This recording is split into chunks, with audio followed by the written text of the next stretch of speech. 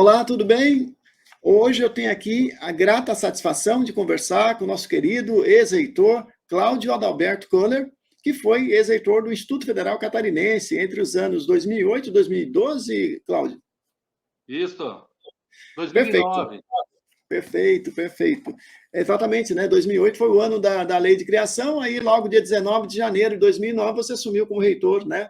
Naquele momento de criação do IFC. E eu estou aqui com o nosso livro, né? Nosso livro conjunto, né? Nós fizemos aí no ano passado para comemorar os 15 anos dos Institutos Federais, que a gente chamou carinhosamente Instituto Federais Brasileiros, né, Cláudio? E aí você fez um belo depoimento, estava relendo aqui hoje de manhã, e falando um pouquinho sobre sua ação junto ao CONEAF, que foi estratégica para que a gente pudesse ter também as escolas agrícolas, né, agrotécnicas também, junto dos institutos federais. Isso foi um trabalho de muitas reuniões. Aliás, a pedido seu, o James Cavalcante e o próprio Alexandre Bahia, nossos queridos colegas lá do CONIF, o James, como secretário do CONEAF, nos enviou o banco de imagens, né, daquele período, e a gente pôde observar o quanto foi trabalhoso se conseguir toda essa articulação junto aos ministérios, né?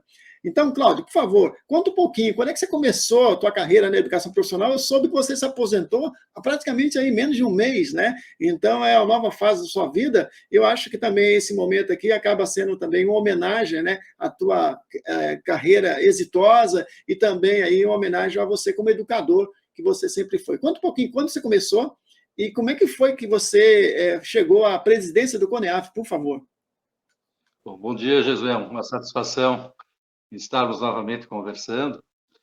Eu concluí minha graduação em 1987 e aí nós tivemos a Constituição de 88 que determinava a obrigatoriedade de concurso público para a contratação de professores da rede federal.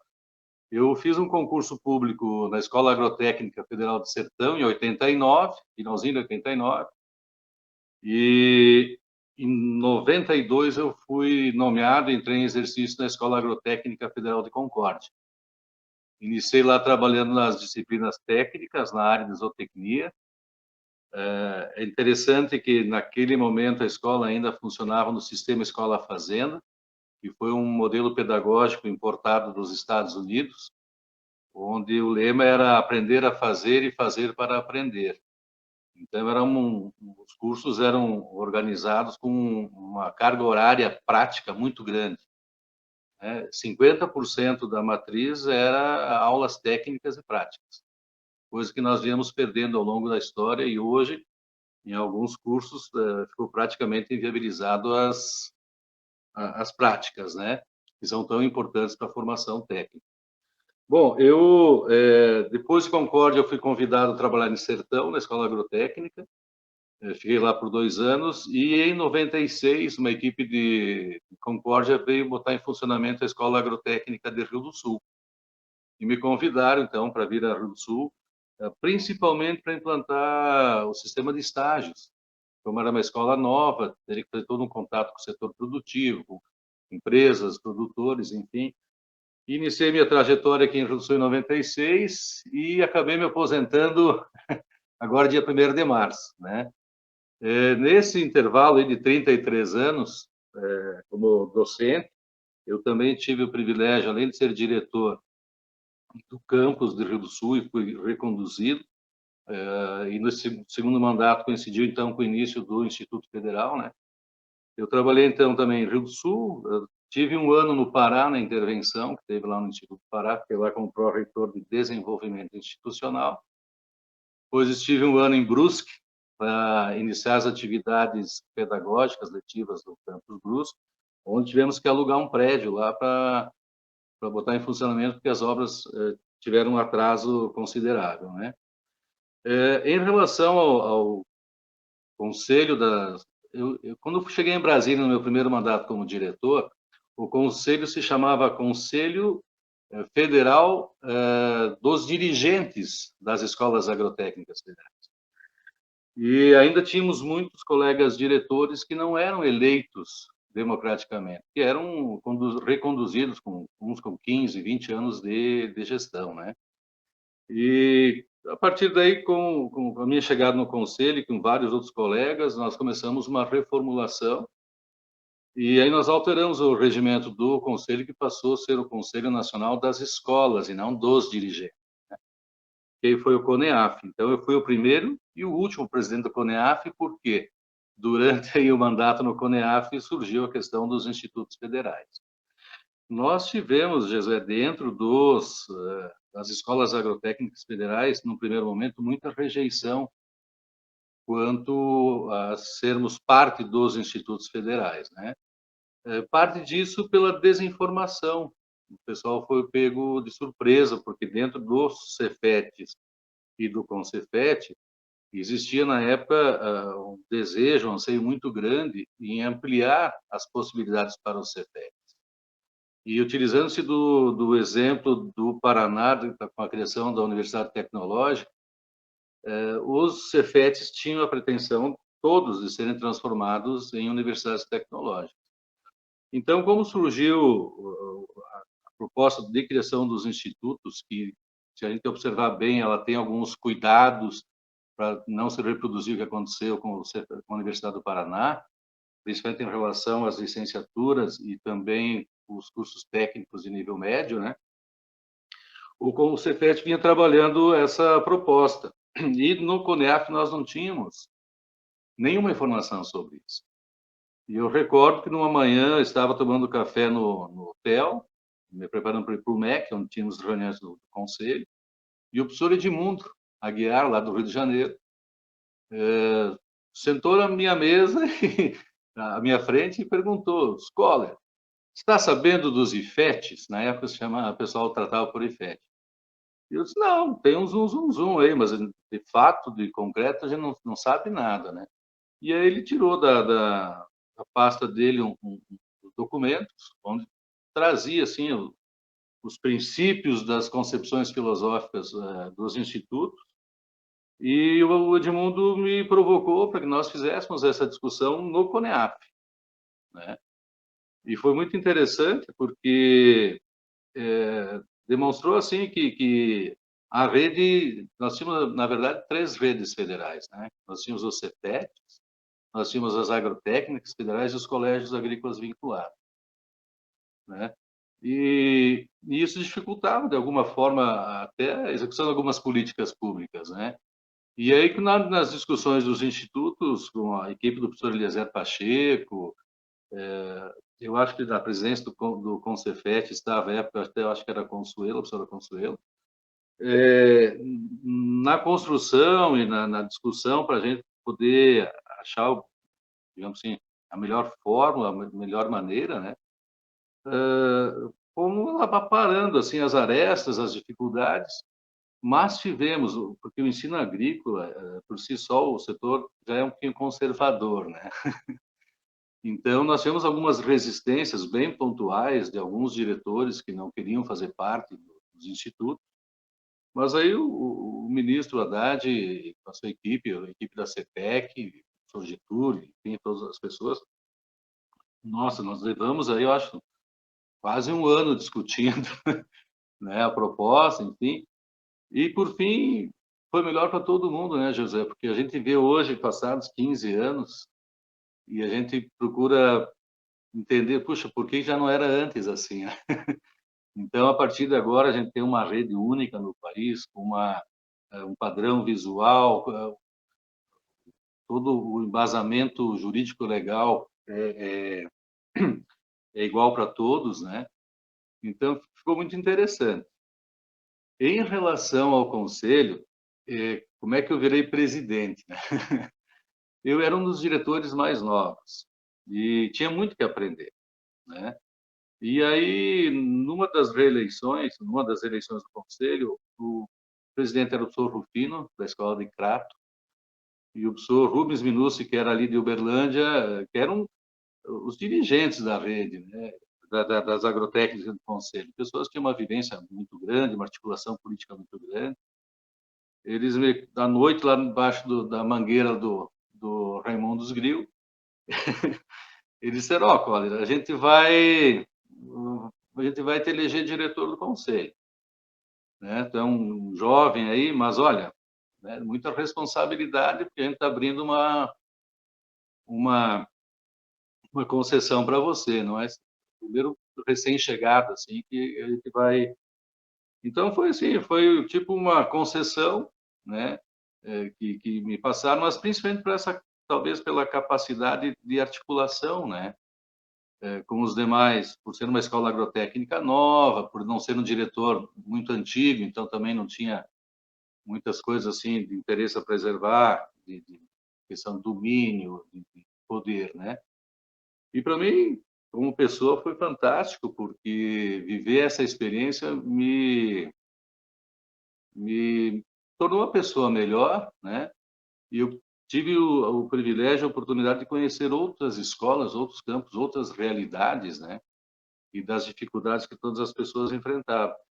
Porque o Brasil é muito diverso e, mais uma vez, eu acho sim que é muito importante a questão dos institutos, porque as pessoas não basta estarem numa rede federal, elas têm que se sentir parte da rede. E com os institutos federais, com a padronização da marca, com tudo isso, e com a expansão, principalmente, isso mexeu com as pessoas, né? Isso mexeu bastante. Muitas pessoas que tinham o sonho de ampliar a sua área de atuação, o seu envolvimento com pesquisa, com graduação, que eram cerceadas na estrutura jurídica anterior aos institutos, né? Com os institutos foram contemplados e com isso melhorou. E até o IFC, estive vendo agora há poucos dias, foi publicado aí, foi a 9ª entidade brasileira em depósito de patentes, registro de patentes e inovação tecnológica. Em 15 anos, uma instituição que não fazia pesquisa, alcançar essa posição, significa que está dando muito certo os nossos institutos, e eu fico feliz com isso. Fantástico, essa abertura aí, Cláudio, já trouxesse bastante elementos interessantes, mas eu acredito que talvez, eu acredito muito em teoria de probabilidades, mas a gente teve a sorte, como institutos federais, que você estava na presidente do CONEAF naquele momento, vou dizer assim. Eu sei que toda a presidência, né, todo cargo, a gente tem sacrifícios, né, em relação à família, né, e eu sei o quanto você preza isso e o quanto isso também me custou, e eu acredito que se tivesse ali um presidente do CONEAF ou do Conselho dos Dirigentes, que eu gostei muito dessa tua expressão, né, Conselho Dirigentes é diferente de Conselho das escolas, né? Se tivesse uma pessoa ali que não quisesse abrir mão, né, do seu status quo, de ser um conselho próprio, de ter essa identidade, teria causado dificuldades nesse processo e a gente não teria as escolas agrotécnicas junto do projeto Instituto Federais. Aliás, muitas escolas vinculadas, porque dependiam de aprovação do Conselho Superior das universidades, como é o caso de Santa Maria, né? Esse Conselho Superior não aprovou, né? Então, 13 delas não foram incorporadas. Então, até hoje tem aí o Conselho dos Dirigentes das escolas, né, vinculadas às universidades. A gente nem ouve falar mais, enquanto o CONIF é essa potência, hoje tem uma expressão nacional, está atuando no Brasil e no exterior, defendendo os interesses da educação profissional, você não ouve mais falar, praticamente. Com todo respeito, eu falo isso, né? Recentemente, eu fui procurar essa informação e descobri que eles estão ativos. Mas, quando estava fazendo um livro, né, fui buscar mais informações para verificar como estavam, mas não tem o protagonismo do CONIF, que é essa integração em rede, né? Então, acredito que a gente teve a sorte de você estar ali na presidência naquele momento, né? E eu vi, por meio das fotos, a quantidade de reuniões que foram necessárias, né? Existe um processo em Brasília, vamos dizer, de articulação, e existe um processo de articulação local. Eu imagino que você, no âmbito local, para a constituição do IFC, que você também fez reuniões com os outros colegas, né, nas escolas agrotécnicas de Concórdia, Sombrio, provavelmente, né, e para chegar nessa discussão. E você conversou também com Araquari e Camboriú, ou eles se procuraram? Como é que foi? Foi assim, José. A princípio, nós tínhamos a previsão de um único instituto aqui para Santa Catarina. E aí, no decorrer das negociações, nós, em Santa Catarina, não tínhamos grandes resistências a aderirmos ao Instituto, mesmo que fosse um só. Mas no Brasil tivemos vários locais onde que as discussões não envolveram os diretores das agrotécnicas. Ficou mais restrito ao gabinete do Cefet, né? E a gente conseguiu vencer e aparar as dificuldades e focar no processo de criação dos institutos de adesão, também pelo esforço do ministro Fernando Haddad. Ele tinha conhecimento de todas as situações.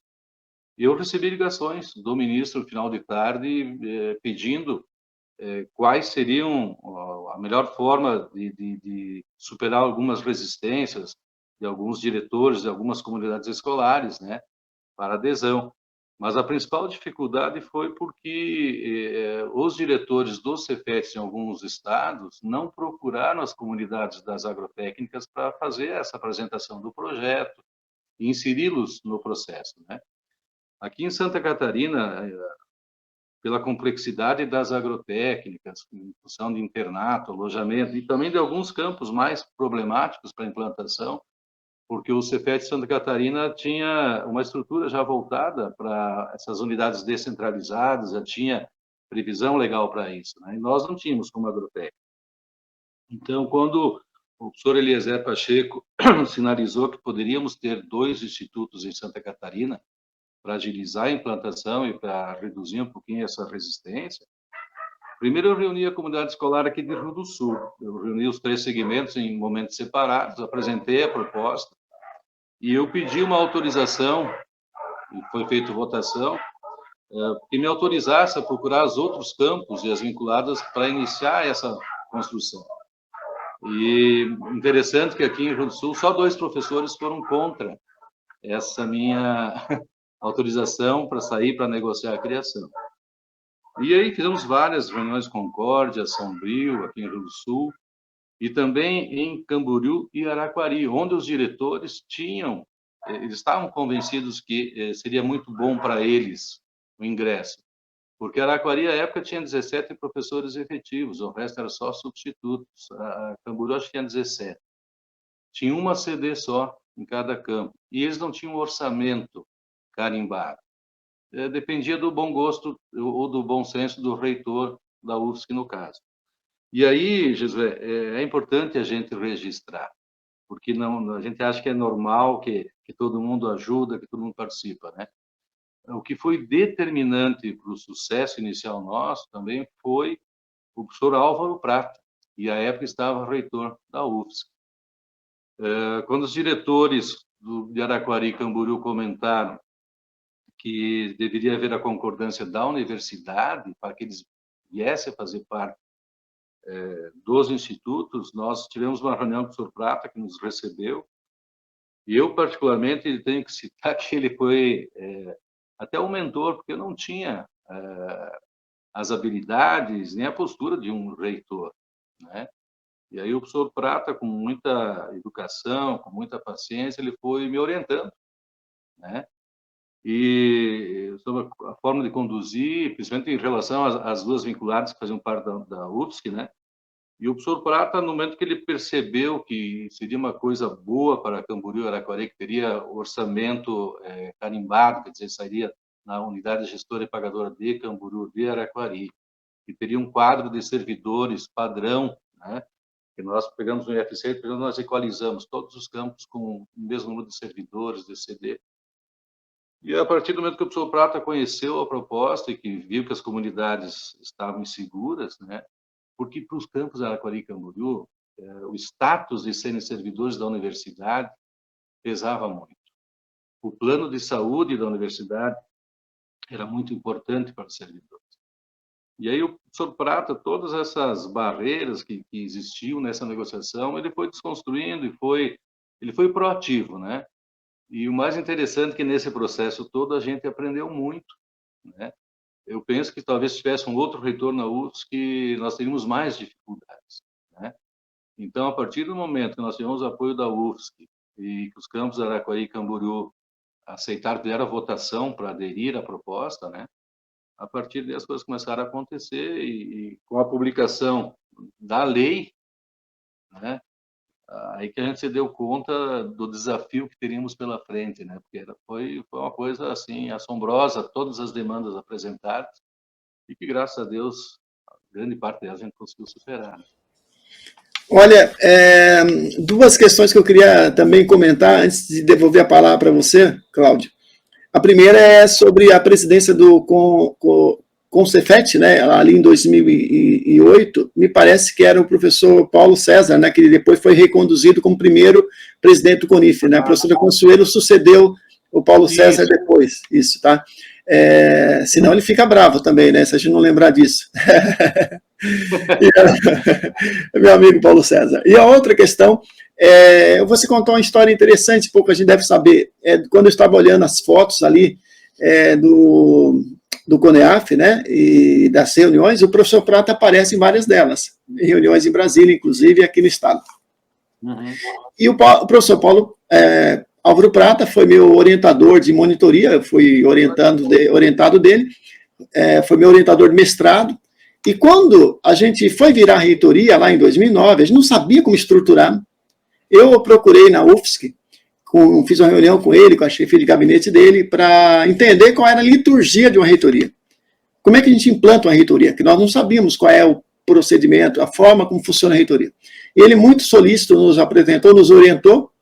E depois, de alguns anos, a professora Consuelo, quando ela foi para Brasília, né, assumir a Universidade dos Correios, ela renunciou e eu assumi a reitoria por 5 meses ali, em 2011. Aí eu te procurei, inclusive, para a gente começar o fórum de dirigentes, né, que acabou tendo alguma continuidade, parou, né, que agora voltou um pouquinho, que é reunir os dirigentes. Aí eu lembro que a gente teve uma reunião, acho que contigo e com o professor Prata, e aí quando eu estava na ProTempore, ele ainda era reitor, e a gente passava por greve e tal, e ele nos deu um monte de conselhos, inclusive, como organizar, como articular com o sindicato, e a nossa greve foi uma das menores, inclusive em 2011, foi a última a começar, a primeira a sair, a gente assinou um termo de acordo muito bom, onde todo mundo ficou, vamos dizer assim, entendeu que era o melhor possível, né, e a gente teve um bom resultado, fruto da orientação do professor Prata. E você não vai acreditar, há mais ou menos umas 3 semanas, eu fiz uma entrevista com ele, né, no projeto Educadores, porque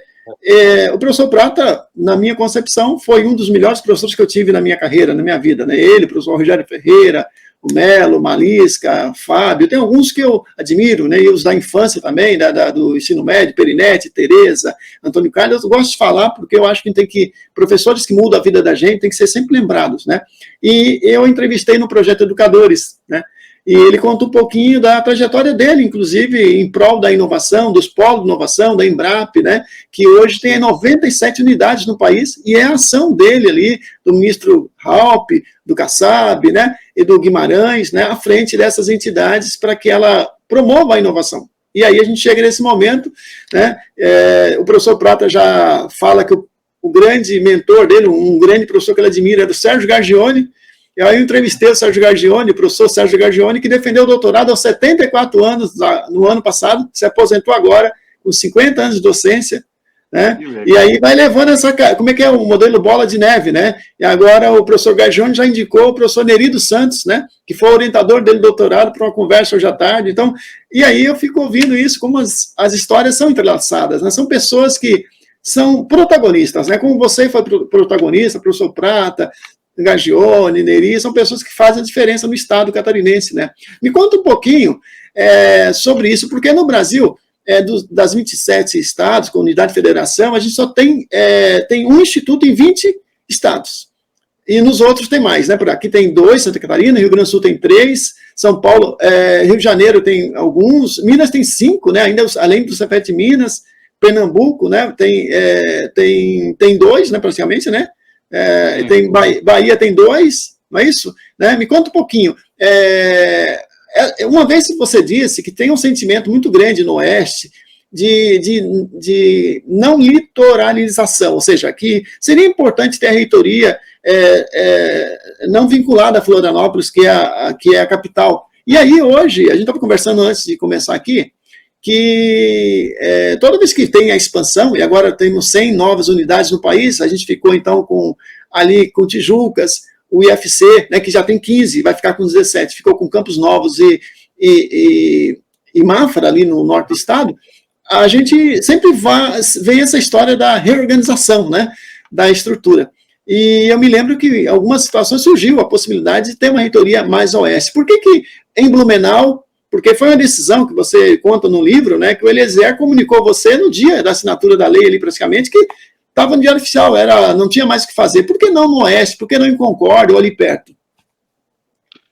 Bom, José, do IFC foi o seguinte, naquelas reuniões de negociação, existia um medo muito grande das outras unidades que Rio do Sul fosse absorver as demais, né? Geograficamente, pela disponibilidade do mapa das unidades do IFC dos Campi, Rio do Sul estaria numa situação central. Inclusive, tínhamos prédio na cidade, já tínhamos a estrutura para montar a reitoria ali. Mas não foi aceito pelas outras escolas em função desse entendimento de que vamos deixar de ser autarquia, virar campus, e Rio do Sul é que vai ser transformado em instituto. Então, toda a construção, as reuniões, as discussões, foram no sentido de que fosse uma fusão, em que ninguém seria prevalente aos demais, né? E nessas decisões, nessas reuniões, foi decidido, então, que nossa reitoria seria em Indaial. Navegantes ofereceu uma área grande também, mas aí fica muito perto de Camboriú, outros campos também não aceitaram. E ficou por ser Indaial, a prefeitura aceitou em ceder lá uma área de 10 mil metros quadrados para a reitoria, enfim. E aí a surpresa foi quando eu fui convidado, junto com a professora Consuelo e o professor Paulo, meu amigo também, para assistirmos lá a solenidade de assinatura da sanção da lei que o Lula fez lá no final de dezembro. E quando nós estávamos lá no Palácio, foi nos dado uma cópia da lei, e aí eu fui lá rapidamente, lá no IFC, quais seriam os campos, e lá, para surpresa nossa, estava a reitoria em Blumenau. Aí eu pedi uma carona com o Eliezer para ir até a CETEC, do Palácio até a CETEC. Disse, pô, secretário, agora fiquei em uma condição um pouquinho delicada, né? Porque não tinha nada previsto para Blumenau. E em Blumenau tinha dado uma enchente muito forte em 2008, então tinha dado deslizamentos, alagamentos. E aí eu disse, poxa, agora chegar lá, depois dessa catástrofe, o Eliezer disse, olha, Conor, a lei está publicada, está sancionada, agora vai lá, o que eu posso dizer é que nós vamos dar todo o apoio.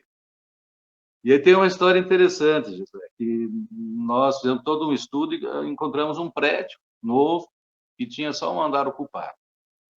E eu negociei com o proprietário a locação, mas com direito à compra, né? E aí ele assinou lá, disse que sim, para fazer a documentação que ele topava. E aí, questão de 3 meses, 4 meses, nós viabilizamos a compra do imóvel. E aí, quando fomos assinar a escritura, o dono do prédio, era um empresário famoso em Blumenau, ele disse assim, puxa vida, alemão, tu me pegou pela palavra, é o primeiro imóvel que nós vendemos. Nós temos um acordo familiar, eu e minha esposa, que imóveis a gente só compra, a gente não vende. Mas se é para educação, eu levei até o fim, podia ter desistido e tal, mas eu acho que é uma coisa válida, né? E aí, por fim, conseguimos, então, implantar a reitoria em Blumenau. Mas eu, assim, pessoalmente, creio que ela ficou longe, o oeste ficou longe das reitorias, tanto do IFC como do IFSC, né?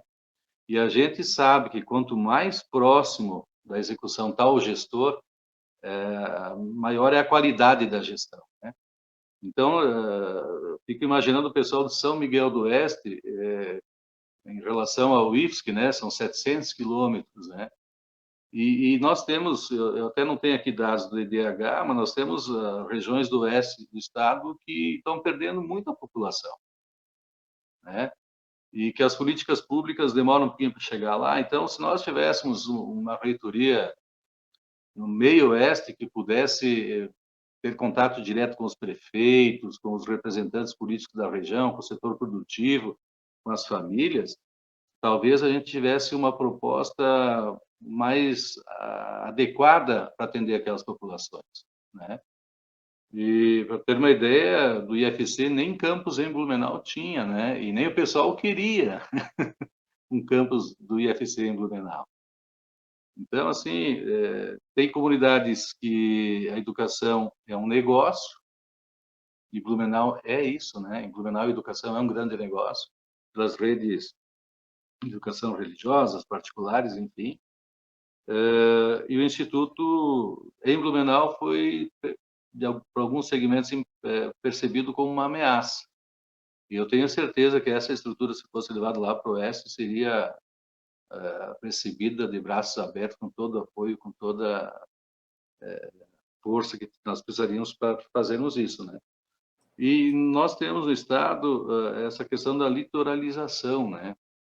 Que a gente percebe até no próprio Instituto Catarinense. Nós, nos primeiros meses e anos, os servidores passavam nos concursos e não queriam assumir lá no meio-oeste ou lá no oeste. Eles queriam ficar em Camboriú, ou no litoral, ou em Florianópolis, né? E tendo uma reitoria lá no oeste, próximo, talvez isso já ficasse claro, né? Que quem entrasse naquele instituto, quem entrar naquele instituto, vai trabalhar naquela região. Então, são coisas a serem estudadas. E também assim, né, Josué? Eu acho que o número ideal de campus por reitoria tinha que estar em torno de 15. Olha, o ideal seria 12 até, né? Vamos botar lá um mês, para que a reitoria, o reitor, os pró-reitores pudessem, de fato, ir conhecer a realidade e conviver. Eu acho que a gestão tem que estar perto da execução, né? E, então, essas duas reitorias geograficamente instaladas mais na região leste, aí, de certa forma, impacta, né? Eu não saberia agora aqui quantificar né, essa grandeza, mas, enfim, é uma coisa que tem que ser pensada, né? Ainda mais agora com mais 3 campi, né? Quem Sim. sabe aí posso Cláudio, comentar. deixa eu te complementar e fazer um parênteses, peço desculpa te interromper, mas Imagina. você me fez lembrar o Instituto Federal Farroupilha, né, que eu estive lá por um período aí, quase 5 meses ali como reitor pro tempore, e eles tinham exatamente aí 8 a 10 campos na época, ali estavam alguns ainda em tramitação, e ficou bem no noroeste do estado, né? Santa Maria fica no coração, né, realmente, do Rio Grande do Sul, estrategicamente posicionada para defender o sul do Brasil em relação, por conta da Guerra do Paraguai, aquela questão toda foi fortificada com instalação da aeronáutica e do exército, né? É uma capital ali regional, né? Santa Maria é muito forte na questão das guarnições, né? E ali, São Gabriel, essa região onde minha esposa nasceu, inclusive. E tinha um estrado de ferro, né? Ligando ali Santa Maria a São Paulo, que passava ali pela cidade de Concórdia, ali tudo, né? Que era ali, tinha um outro nome, né? Que tinha outro nome, não era Concórdia no ano passado, que é onde surgiu a Sadia, tinha outro nome, depois eu lembro ali. E essa estrada de ferro fez integração do coração do Rio Grande do Sul com o restante do país, porque eles iam suínos, iam bovinos para São Paulo, né, para os entroncamentos em Jundiaí, voltava ali mantimentos também, né? Então ali foi estratégico. Fica imaginando como aqueles campos daquela região iam ficar subordinadas a Pelotas, que é muito longe, né, comparado, ou mesmo ali a Bento Gonçalves, né? Então, assim, realmente o professor Eliezer foi muito sábio, né, quando concebeu ali essa estrutura, que ali ficou um instituto de menor tamanho, onde o reitor consegue circular mais facilmente junto aos campos, porque essa é uma questão importante. Eu fiz lá uma visita a todos os campos em 2012, e a gente pegou o carro, você não vai acreditar, pegamos o domo do carro, deu 1.000 quilômetros no círculo certinho. Saímos, fizemos círculo no sentido anti-horário e retornamos exatamente em 3 dias e meio, visitamos todos os campos e fizemos esses 1.000 quilômetros. Ou seja, fácil de fazer acesso. Quando você, então, aí a reitoria fica mais presente. Então, esse modelo é onde você tem lá o oeste muito afastado, e tem aqui as reitorias mais próximas ao litoral, mesmo que seja de Blumenau, mesmo que não seja em Florianópolis, realmente ele traz um pouco essa concentração e polariza ali, né? Então, esse modelo, ele é ruim nesse sentido. Só tem um jeito, só se os campos lá do oeste, né, e aí você não pode ter 2 pesos, 2 medidas, se eles tivessem mais autonomia para tomar decisões, tivesse mais poder local, como fosse vice-reitores, vamos dizer assim, naquelas regiões, né? Então, aí sim, ele poderia ter mais agilidade de tomar decisões, ou realmente ou pensar uma reitoria que pudesse agregar o meio oeste e oeste, né? E ali você teria um conjunto ali, pelo menos de 10, 12 campos naquela região, que poderiam ter uma reitoria mais perto, e, obviamente, ajudaria também a levar servidores para a reitoria, ajudaria a desenvolver também localmente alguma cidade, né? Porque aí você falou de Blumenau, né? Lembrando que quando surgiu a lei, eu sei dos interesses de Blumenau, é muito difícil Blumenau, né? Porque houve a questão ali da própria FURB, né? E a questão da negociação difícil ali com a UFSC, aí criou uma outra ali faculdade. Eu sei que isso leva até. Existe um processo hoje das empresas, das faculdades, universidades privadas, né? Estarem sendo compradas, né? Por grandes corporações, então é difícil manter lucros quando você tem a EAD crescendo muito. A maioria das vagas no ensino superior nesse ano passado foi na EAD, então as pessoas que têm estrutura muito física, muita manutenção, e você tem um custo fixo alto, fica difícil manter. Hein? Então, eu sei que Blumenau é muito difícil, mas tinha ali na lei dizendo que não poderia ter a reitoria localizada onde tinha o campus, lembra disso? Só que depois isso acabou, naquele momento da lei, não podia criar a reitoria naquele momento, depois criou o campus, né? Então aí acabou justificando, porque pela lei não era para estar com o campus em Blumenau. Está escrito isso na lei 11.892, mas depois se resolveu isso, não é isso? Até assim, José, porque Blumenau é a terceira maior cidade do estado, né? Em população, acho que tem em PIB, né? E quando nós chegamos lá, até para a implantação da reitoria, a prefeitura, que é uma das mantenedoras da FURB, né? Politicamente, o pessoal entendeu que haveria prejuízos para o processo da FURB. A FURB, segundo me confidenciou o reitor à época, o senhor Eduardo Deschamps, ela tinha um modelo alemão onde os professores obrigatoriamente permaneciam no setor produtivo e trabalhavam contratos de no máximo 20 horas, né? E com o tempo, com a pesquisa, com outras coisas, meio que desconfigurou essa estrutura jurídica e passaram a ter professores com DL. Isso acabou, de alguma forma, impactando na questão previdenciária, né? Então, a FURB é uma grande universidade e eu ainda acredito que deva ser federalizada, com certeza, a FURB, né? A única questão que tinha um entrave era a questão do passivo trabalhista, que eles queriam automaticamente que os servidores da FURB fossem federalizados. E não existe previsão legal para isso, né? E aí, como se deu o Campus Blumenau? O Campus Blumenau, não sei se já te contei essa história, mas quando identificaram que havia um buraco, um vazio, porque o Campus Gaspar ele está mais para Blumenau do que para Gaspar, né? Fica na divisa. Mas tinha-se uma população desassistida em Dayal, essa região de Timbó, Pomerode, a região oeste de Blumenau. Então, o secretário Eliezer disse, olha, faça um estudo para tentar recebendo pressão aí do pessoal para botar um campus em Blumenau. Procuramos a prefeitura não teve interesse nenhum, pelo contrário, né? Assim, era difícil conseguir até audiência com o prefeito. E aí, por fim, nós definimos em comprar um terreno, né? E compramos onde era uma antiga indústria que estava em atividade. Nós compramos a indústria e adaptamos todo aquele espaço para um campus e ficou bem interessante, porque agora com a duplicação e com o complexo do Badenfurt lá, o campus ficou bem localizado. E é interessante, porque depois, na tramitação e colocar em funcionamento o campus do Blumenau, a gente começou a perceber melhor, né, como a política local, mesmo sendo uma cidade enorme, o centro do poder é bem provinciano, né? E as pessoas não tinham a noção de que seria um campus, qual é o público que ia atender, a importância disso. E aí me surpreendeu que muitos empresários do setor produtivo, identificados com a prefeitura e em cargos representativos da comunidade junto à prefeitura, nos procuraram e apoiaram a construção e a instalação do campus, né? Mas é quase que inacreditável a dificuldade que foi instalar um campus em Blumenau pela rejeição do centro do poder, né? E eu acredito que o campus do UFC em Blumenau, ele só reforça a importância da federalização da FURB, né? Porque é uma cidade, um setor produtivo bem diverso, bem amplo, que agrega muito valor, né?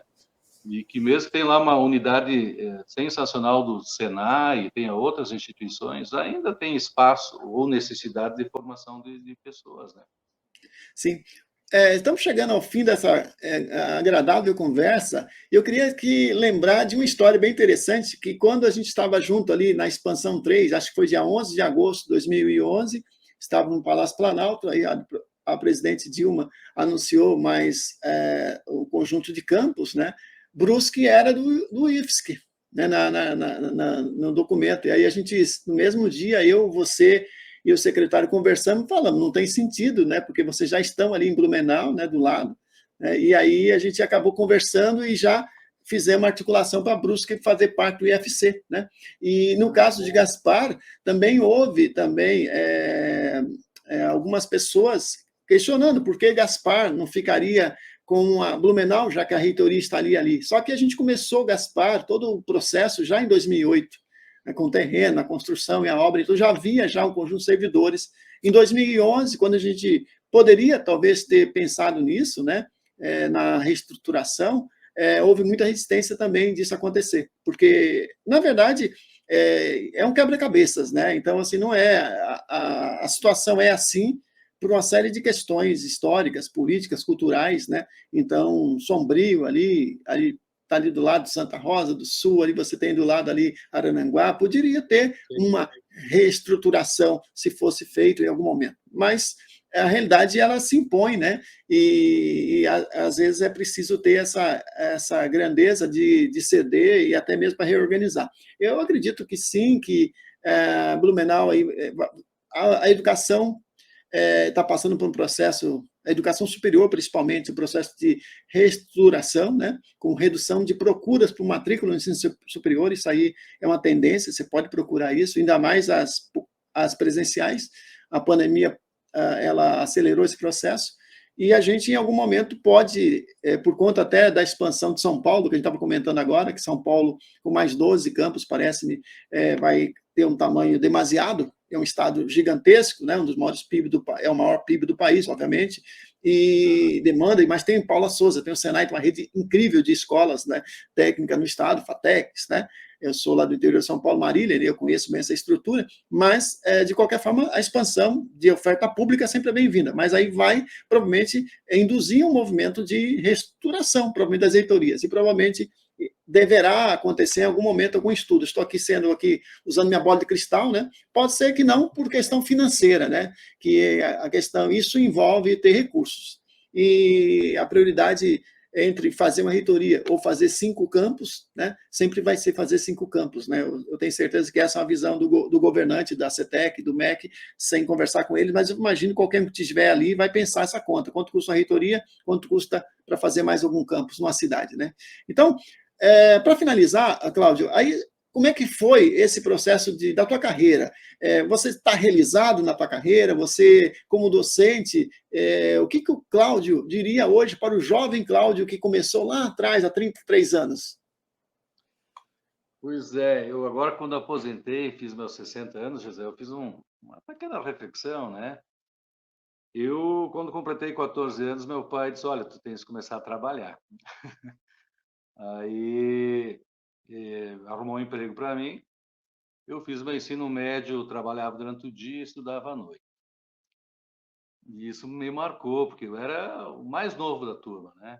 Nunca esqueço, era eu e meu colega João Vani lá, que era educação básica, e a gente tinha aula das 7 até 11h30. Daí, terminei o ensino médio, fiz auxiliar técnico de desenhista de arquitetura. Não, eu tenho que fazer um parênteses, espera aí, eu tenho que fazer aí uma pausa aí, poxa, eu comecei a trabalhar aos 13 anos no escritório de arquitetura, fiquei até os 18, e eu também fazia isso que você fazia, trabalhava o dia inteiro, mas no meu caso era de manhã, até às 5 horas. Aí eu ia para a escola à noite. Olha, a gente tem uma profissão comum, nem sabia. Eu sou desenho e arquitetura, mas na época da prancheta, papel vegetal, Sim, na época sim, difícil, não na época fácil de hoje, que é o Revit 3D, né? A época difícil. Você era assim também? sim, mas eu não trabalhava nessa área, eu trabalhava numa loja de máquinas agrícolas.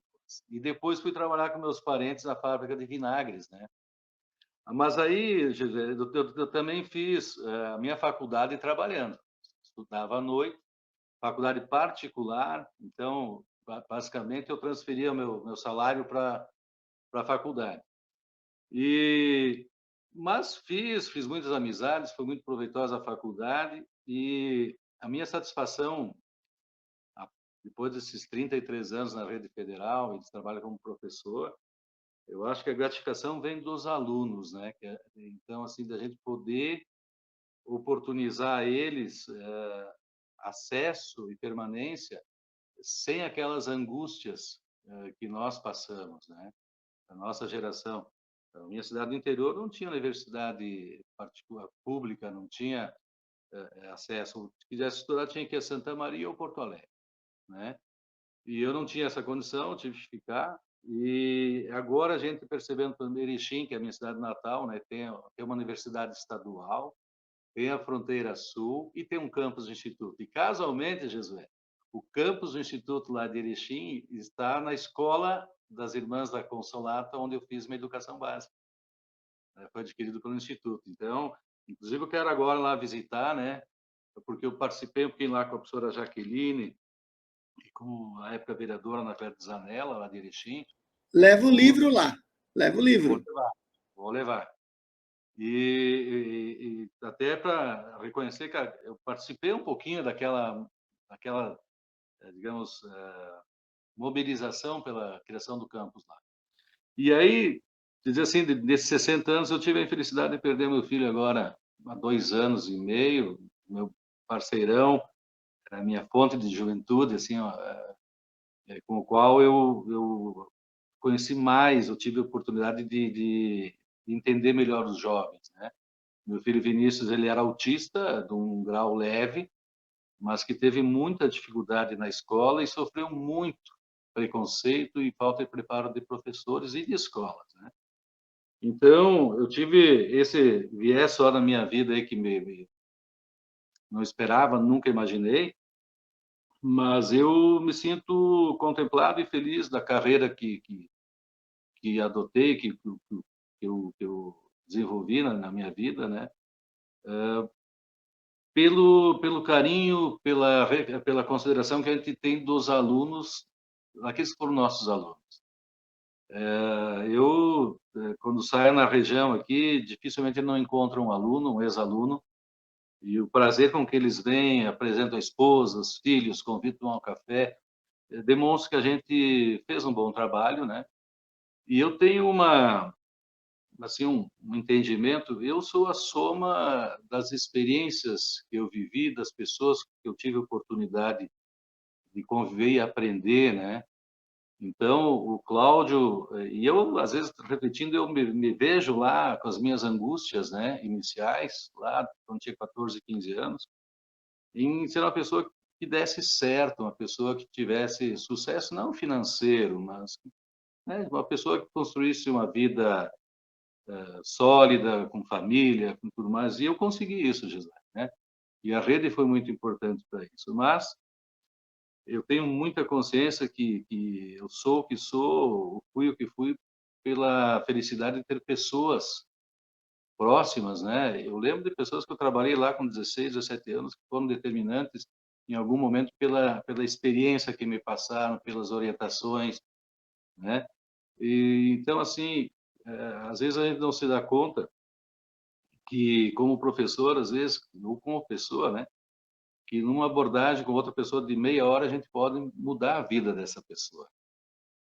E uma coisa assim, eu não iria fazer o vestibular à época, porque eu achei que não tinha dinheiro para pagar a faculdade. E o meu primo, que era o meu patrão, ele se inscreveu no vestibular também, disse, nós vamos fazer juntos. E eu não havia estudado para o vestibular.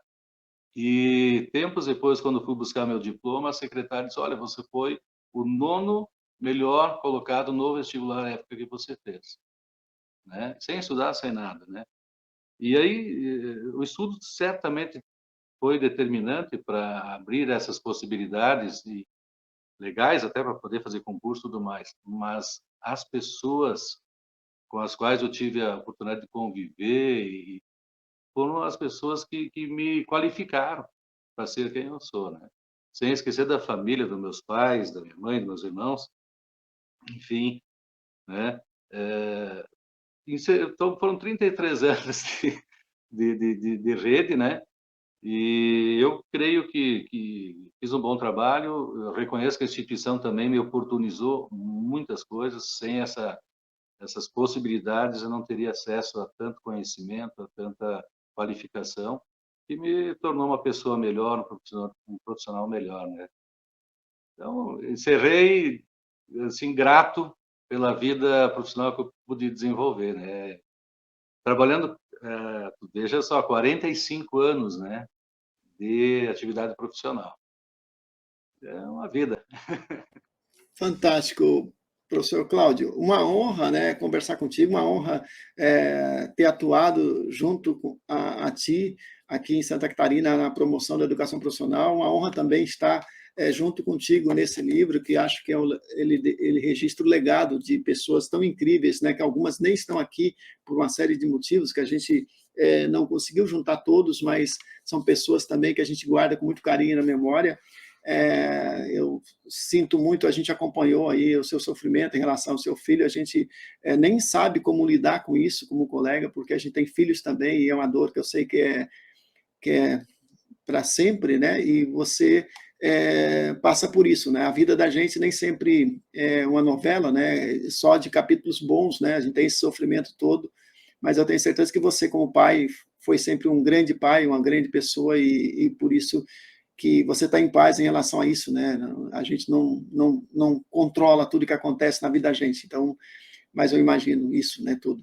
Então, mas agradeço muito aí pelas tuas palavras, pela tua gentileza de conversar comigo. Aprendi muito também hoje, eu acho que esse é algo interessante. Muitas coisas que você contou não estão no livro, né?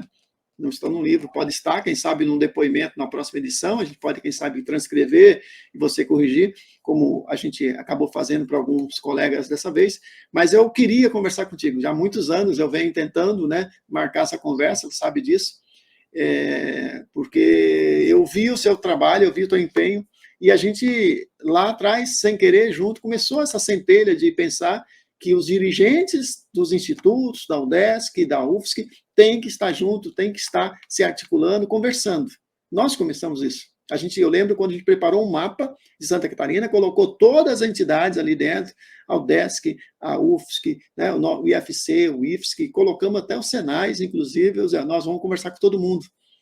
E isso vem, desde essa época, vem na minha concepção de pensar esses conselhos de desenvolvimento territorial, que é juntar os diretores de uma mesma região, com o diretor Senai, do Instituto Federal Catarinense, Santa Catarina, juntar aí secretarias da educação, desenvolvimento regional de cada região para conversar, para pensar a oferta, para pensar o futuro, para pensar estrategicamente. Eu ainda não desisti dessa ideia, né? E a ideia vem dessa nossa conversa lá em 2011, Cláudio. Que legal. Que bom saber, né, José? E eu lembro bem, na época, que você esteve na frente da reitoria, dessa preocupação, porque as instituições às vezes se colocam como concorrentes, como adversários, né? E como foi interessante mudar essa concepção. Infelizmente, a pandemia, de certa forma, cessou, né, essas articulações, mas me parece que o pessoal está retomando, né? E aí eu queria abrir um parênteses aqui, Josué. São duas coisas bem importantes. Agora vi essa semana o anúncio dos 100 campi, os 3 aqui para Santa Catarina, e o professor Gariba, junto com o Rude, que é o nosso novo reitor, o professor Getúlio, decidiram, então, que dos 3 campi, 2 ficam com o UFC e 1 fica com o IFSC, né? E as pessoas podem não perceber, mas achei muito elogiável a postura do professor Gariba, né? Porque eu não conheço ele pessoalmente, mas ele tem toda uma história, e eu achei que ele foi muito coerente, porque a gente sempre está naquela situação de disputar e tentar abraçar o maior número de possibilidades. E eu nunca esqueço quando nós lá em Brasília, você citou, né, na expansão 2, acho que foi, e não tinha A campus 3. previsto, a 3, né? 3. E lá atrás do auditório, enquanto a coisa rolava, nós dois conversávamos com o Eliezer, e me surpreendeu, eu cheguei, nossa, foi uma mudança radical nas negociações quando tivemos esse contato contigo, porque o campus Brusque e São Bento era previsto para o IFSC, né? E tu teve, naquele momento, foi muito iluminada a decisão, porque não era interessante para o Estado ter um grande instituto e um pequeno instituto, ou como o pessoal dizia à época, né? Um instituto federal e um instituto agrícola, né? E a gente conseguiu fazer com que as duas instituições se viabilizassem, crescessem, tivessem qualidade na oferta. E poucas pessoas sabem, Josué, que naquele momento houve muita coerência, muita inteligência. Primeiro contigo, que confesso assim, ó, eu sempre fui uma pessoa muito difícil na negociação, nunca gostei de perder, né? Então, naquele momento, quando você disse, não, é mais coerente São Bento e Brusque ficar com o IFC. Quando eu voltei para a reitoria, comentei no colegiado isso, nossa, foi uma notícia fantástica, que nós não esperávamos na época, porque o IFC era um instituto com viés mais agrícola mesmo, que hoje já deixou de ser, né? E a gente peca em não falar sobre isso e reconhecer essas questões. Então, quero te agradecer. Aquele teu gesto foi um gesto muito, mas muito correto, né? Que passou por sobre, talvez até algumas pressões internas que você recebia, talvez até alguém possa ter cobrado depois, né? E que interessante que fez escola e que agora o professor Gariba teve um gesto idêntico ao seu, né? E isso não é um demérito para o IFSC, pelo contrário, acho que fortalece os dois institutos, né? Para que, se por acaso, porventura, a gente vier atravessar novamente um período de ameaças, né? A rede, seja pela falta de financiamento, pelo abandono, né? Que os dois institutos são teoricamente equivalentes, né? Que não existe ameaça de tentar unificar, pelo contrário, nós temos que criar o terceiro, né? Mas são gestos como esse seu lá, naquele momento, e agora o professor Gariba, que me fazem acreditar que os homens são movidos por boas intenções, né? E que vale a pena a gente se dedicar. Eu, quando vou na escola, aqui em Rio do Sul, o pessoal já conta umas histórias aí, né? E interessante esse livro, Josué, te dar os parabéns também, porque as pessoas estão lendo, tem muita gente nova chegando nos nossos institutos que não conhece a história, né? E o pessoal está lendo, está adorando, porque é uma leitura leve, informativa, mas muito rica em detalhes, né? E eu sei, mesmo que o MEC tenha tentado fazer já um livro assim, esse livro ele é especial e que você é o grande mentor desse livro. Então, eu quero deixar registrado, além dessa iniciativa do livro fantástico, da forma como você gentilmente convidou todos nós a participar, tu tens uma história também, que um dia eu também quero conversar sobre ela, para saber mais, que tu foste reitor do IFSC, do Instituto Federal do Rio Grande, né? O Sul Rio Grandense, não, do Rio Não, Grande, né? Farroupilha. E do Paraná. Do Instituto Federal do Paraná, né? Sim, sim. Então, eu acho mais que merecido e que bom que foi você, né? Porque pôde levar para essas instituições aquilo que nós também recebemos de ti, do próprio IFC, né? Do IFSC, e foi esse apoio para a rede, esse entendimento que todos somos iguais e que a gente não está disputando, pelo contrário, a gente está se complementando, né? Então, fico muito feliz dessa oportunidade. Que agradeço. Eu que agradeço aí a tua gentileza de lembrar essa história também, e dizer para você assim, aqui, naquela época eu já era uma pessoa meio chata com uma coisa, eu não gosto muito quando fala, esse é o melhor Instituto Federal do Brasil. Quando eu me tornei reitor pro tempore, eu senti um desconforto no CONIF em relação a isso, porque as outras pessoas, então, a nossa equipe de comunicação sempre promovia isso para vender, olha, é o melhor instituto do Brasil, tantos anos consecutivos, até hoje continuo fazendo isso. E é algo que eu falei na época, quando fui reitor, assim, que isso leva a um processo de competição que não era compatível com a ideia de integração e identidade da rede federal e que não poderia ter essa competição, porque os outros reitores não gostam disso, porque aí a gente ficaria isolado. Então, existia um sentimento, e aí a gente pode conversar mais tempo, outra vez, uma segunda conversa, por que a gente teve um processo de expansão tão grande no IFSC e menor no IFC? Né? Então, a gente pode conversar sobre isso depois, mas motivos para isso também tem a ver com o passado. Né? A gente passou quase uma década impedido de virar Cefet por questões políticas, porque era o projeto, alguns virados cefetões, e a gente ficou com uma escola técnica em 2002. E havia um complexo, do meu ponto de vista, né, de tentar crescer e recuperar o tempo perdido, a impressão que me deu. Isso aí é uma conversa que deve ter mais, talvez eu, você, a professora Consuelo, né, para entender melhor o que está por trás disso, porque a gente cresceu muito. Só que não adianta crescer sem capacidade de sustentabilidade, é isso que eu tenho dito. Então, por exemplo, a expansão, ela é muito bem-vinda, mas ela não pode vir com o custo de não fazer manutenção nas escolas existentes.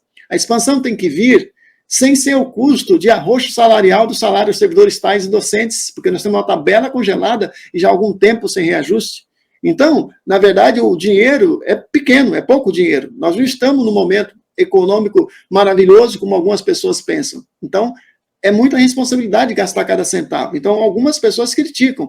Para as cidades que vão receber essas escolas, essas unidades, será muito importante, vai ajudar no desenvolvimento local, vai contribuir, né, para dinamizar a economia, porque a gente induz desenvolvimento por meio, às vezes, do mercado imobiliário que se aquece, a pensão, o aluno que vem de fora, né, a geração de oportunidades, a contratação de servidores docentes e tais que traz renda, a contratação de custeio, né, do município, a limpeza, a vigilância, as compras da instituição para manutenção, e mais ainda, a formação dos nossos jovens bem qualificados que acabam trabalhando na região, criando empresa, ajudando a desenvolver. Então, para as cidades, sempre será maravilhoso você ter um novo campus. Mas isso precisa também garantir que não traga prejuízo para as escolas existentes. Aliás, se você hoje chega dentro da instituição e pergunta, alguns servidores vão reclamar. Ah, mas eu estou aqui com falta de equipamento e você vai abrir mais escolas. Então, quem está dentro do processo está como, assim, eu não quero mais escola, mas quem está fora precisa. Então, é algo que a gente tem que entender os dois lados, tem que ter essa inteligência para entender isso, né? E tem que acreditar realmente que, no médio prazo, esse é o melhor investimento para o desenvolvimento do país, né? Porque, como dizia o professor Getúlio, né, Eliezer, é iluminar o Brasil com 1.000 escolas. Estamos chegando agora com 700, mais 100, 800 escolas. Né? E você lembra bem, a gente esteve no Canadá juntos, né? Eu me lembro nossas conversas lá, e a gente falava como o Canadá tinha uma estrutura de colleges, né, tão grande, e com a população tão pequena, né, 35 milhões de habitantes, se não me engano. Tá? Então, e é um país grande, né, só que tem uma região muito fria, né, que não é muito habitada. Mas, assim, a gente, naquela época, já se surpreendia com a rede de colleges canadenses, e a gente queria também ter esse processo. Claro que somar, que o pessoal às vezes esquece que tem a rede CMAS, a Paula Souza, toda essa rede é bem-vinda e não pode competir. Por isso que eu sempre rogo que nas cidades onde a gente entre, a gente procure as instituições que já fazem educação, seja universidade, ou profissional, ou superior, e converse, para evitar ter concorrência e sim ter complementariedade. Por isso que eu defendo os conselhos de desenvolvimento, porque senão a gente joga um contra o outro, e a gente não vai desenvolver assim, a gente vai só fazer redundância e gastar em duplicidade. Porque o dinheiro, mesmo o Senai, ele é dinheiro público, de subvenção, de isenção fiscal. É dinheiro público também, não é de graça. Então, por que a gente precisa desperdiçar dinheiro? Então, em alguns locais, é mais interessante fazer essa articulação para a gente ter. Mas aí já é fruto de outra conversa. Eu adorei que você tenha trazido esses elementos. Eu acho que a gente está aqui discutindo o passado e o presente, e o futuro, inclusive, porque o passado glorioso, eu sempre digo, né, nós tivemos 10 anos gloriosos da educação profissional, 2005 a 2015. 2005, quando se mudou a lei, quando se começou aí as primeiras tratativas, né, até do lançamento da expansão 1 foi em janeiro, 26 de janeiro de 2006, eu estava presente no Planalto, você devia também estar lá, não sei se você estava lá, sim, 26, a professora Consuelo me levou, então, esses 10 anos foram incríveis, depois tivemos um período agora, um período de congelamento, né, praticamente cresceu muito pouco, acabou, algumas instituições ainda estavam em processo de construção, então houve inauguração de escolas, houve crescimento ao longo dos anos, mesmo que timidamente, mas chegamos agora a essa retomada, né, que com todas as críticas que elas possam vir, eu acredito que os ganhos são maiores que as críticas, essa é a minha humilde opinião, mas eu respeito a opinião dos meus amigos, inclusive de Instituto Federal, que pensam ao contrário, porque a gente precisa garantir que essas escolas venham, mas conseguir também um processo de recuperação orçamentária para que ninguém precise passar necessidade para pagar conta de energia elétrica, de água, como estava acontecendo há alguns anos, e ainda acontece em alguns campos menores, que têm dificuldade por conta dos alunos. Então, se você quer ter um campus numa cidade muito pequena, tem que ter claro que precisa ter um enxoval, porque é um processo de indução do desenvolvimento. E quando eu falo isso, eu falo Urupema, nosso exemplo mais típico, né, que é uma cidade com os menores DH do estado, e com 2.500 habitantes, que é difícil você conseguir atrair pessoas, mas é um processo que pode demorar 10, 20, 30 anos para isso. Então, a gente tem que investir para que aquela região possa prosperar como região, não como cidade apenas, porque Urupema é um polo daquela região hoje, por ter uma rede com doutores, mestres ali. Vamos dizer assim, é a entidade com o maior capital intelectual da região, se você pensar bem. Né? Tirando Laje, aquela região toda, então ela polariza culturalmente, né, e intelectualmente. Então, ela pode atrair capital, investimento, mas para isso tem que dar tempo ao tempo e tem que fazer manutenção. Aí, quando eu vou no campus, eu vejo o campus com falta de pintura, com a estrutura metálica corroída, e a gente sente esse processo de depreciação, que não deveria ter. Né? Porque quando você vai, às vezes, em algumas entidades, aí, às vezes do Senai, muito bem cuidado. Então, assim, por que nós não podemos estar bem cuidados também, como instituição? Então, aí fica também meu recado, né, para quem vir assistir, tá, Cláudio? E agradeço muito, né? Vou deixar agora para tuas considerações finais. Parabéns pela tua belíssima carreira. Uma honra e uma alegria ter trabalhado contigo, poder ter participado desse livro contigo. Espero que a gente possa continuar contando outras histórias ao longo do tempo, né? 15 anos se passaram, daqui a pouquinho a gente tem mais 10, mas eu espero estar com saúde, você também, todo o nosso grupo, para a gente poder continuar contando história, porque a gente contou algumas histórias, mas tem muitas histórias ainda para contar, eu acredito nisso. Tuas considerações finais e muito obrigado já de antemão. Bom, eu quero primeiramente agradecer, Josué, a oportunidade, porque uma das angústias que a gente tem como ex-gestor, ex-diretor, ex-reitor, é que algumas coisas da história não fiquem registradas, né? Então, cara, parabéns, te agradeço, muito grato a ti por essa oportunidade, por essa iniciativa. Eu acho que isso é inédito na rede, né? De ouvir as pessoas, de entender o porquê. Na tua fala, eu estava lembrando que antes de 2005, inclusive, havia uma lei, não era uma lei, acho que era um decreto do FHC, proibindo a expansão da rede federal. Não era só não apoiando, mas era proibindo, né? E como isso transformou. E eu vejo, assim, Josué, o que é gratificante para mim, para ti, para todo mundo que trabalha nos institutos, é a gente perceber como a gente tem o poder de transformar a vida das pessoas, né? Então, eu acredito que houve uma grande renovação no pessoal dos institutos, é o pessoal jovem que está aí. Eu acho um pessoal que é muito mais qualificado do que nós, quando acessamos lá no início de 90, lá, a rede, né? Então, eu acho que a rede vai cada vez mais ocupar o seu espaço, né? E eu fico feliz de ter participado, né? Eu fiquei 3 anos como reitor. E aí eu vou contar uma história só rapidinho para complementar o que tu falasse, né? Da questão do ranqueamento. Eu tive uma solenidade em Brasília, na mesa com o presidente da República. O Lula fazia 2 reuniões conosco por ano.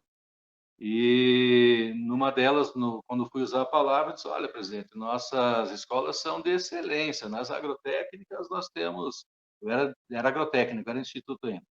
Nós temos 18 candidatos, 20 candidatos por vaga, né? Somos centro de excelência, melhor que muitas universidades, guardar as proporções, o nível de ensino e tal. E aí, no final da minha fala, o Lula me perguntou: tá, professor, tem 20 candidatos para uma vaga, entra só um. E os outros 19, o que acontece com eles? Alguns votam no ano seguinte, mas e... Daí ele disse: olha, o Haddad estava na mesa. Fernando, pode sobrar 2 cadeiras, 3 cadeiras dentro da sala de aula, mas ninguém pode ficar pelo lado de fora. Nós temos que... se bem 20 e 19 não tem acesso, está errado. E eu creio que isso foi o pré-instituto, sabe? E de fato, o Lula foi muito feliz, o Eliezer, o Haddad, nós todos que trabalhamos com isso, porque a gente sempre lê a história da rede, que começou lá nos princípios dos 1900, lá, né? E nós fomos a geração que teve a oportunidade e o compromisso de fazer essa transformação da rede, né? De que ela fosse para o interior, que ela atendesse, ficasse mais próxima às populações, que a gente ampliasse o atendimento ao público. E a satisfação, Jesus, é tanto minha, eu acho, quanto tua, é saber que a gente cumpriu esse papel e que a gente trabalhou em prol dessas pessoas, dessas comunidades, e que aquele sonho é uma realidade, né? Isso está chegando às pessoas, a gente vê as pessoas acessando o Instituto transformando a vida das pessoas, transformando o setor produtivo, várias empresas surgem. Eu tenho até uma história, mas vou contar outro dia, me lembro aí do menino que abriu uma empresa de topografia, a história desse menino, a riqueza, e ele expressa efetivamente a nossa capacidade de transformação da realidade que as pessoas vivem. Então, fazer parte desse projeto, e a gente aposenta, mas continua identificado e participando dos momentos institucionais que surgem, ele é muito prazeroso pela certeza que o trabalho é em prol das pessoas e isso transforma as pessoas. E eu fico muito feliz de fazer parte dessa história. Coisa linda! Mais uma conversa do nosso projeto Instituto Federais dos Brasileiros, a história contada por quem fez aí, né? Uma honra ter conversado com o professor Cláudio Adalberto Koller. É Koller? Koller, isso. Koller, né? Eu sempre me confundo. Uma honra ter conversado contigo e dizer que a gente está pronto aí para mais algum tempo. Espero que você possa também continuar contribuindo de alguma forma, né, para a educação, com toda a tua sabedoria ao longo desses 33 anos.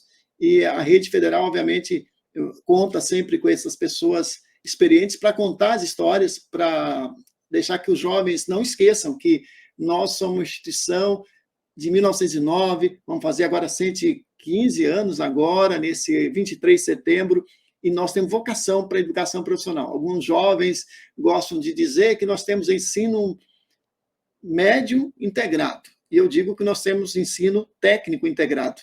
Parece pouca coisa, mas não é, porque tem uma história por trás. E a história está aqui escrita, né, por essas pessoas. Muitas outras, obviamente, fazem parte dessa história, todos que estão trabalhando aqui, que já passaram pela instituição, deixa bem claro, assim, que algo que, quando eu estava discutindo o título, né, eu falava, né, a história é feita por milhares de pessoas que já se aposentaram, alguns já morreram, né, e por outros que estão começando a fazer história na instituição, em cada um dos nossos campos, espalhado aí por mais de 700 unidades do Brasil. Então, a história está sendo construída, não está pronta. Ela é feita cada dia com o trabalho de cada um. E a gente não pode perder o conhecimento do passado, porque quem não conhece a história repete os mesmos erros, né? Então, nós não podemos virar a universidade simplesmente, fechar curso técnico, como algumas pessoas sonhavam no passado, porque foi o que aconteceu com o Cefet Paraná, não é nenhum demérito, é uma grande universidade federal hoje, tecnológica, mas não é o nosso caminho.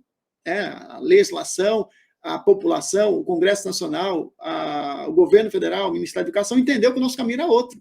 E esse é o nosso caminho. Então, quem entra na instituição tem que entender que esse caminho nosso é diferente. E é um caminho por construir, não está pronto, que depende de cada um e cada uma de nós, né? Muito obrigado mais uma vez. Muita saúde para você. Tenha um bom final de semana. Obrigado igualmente, Josué. Um abração, hein?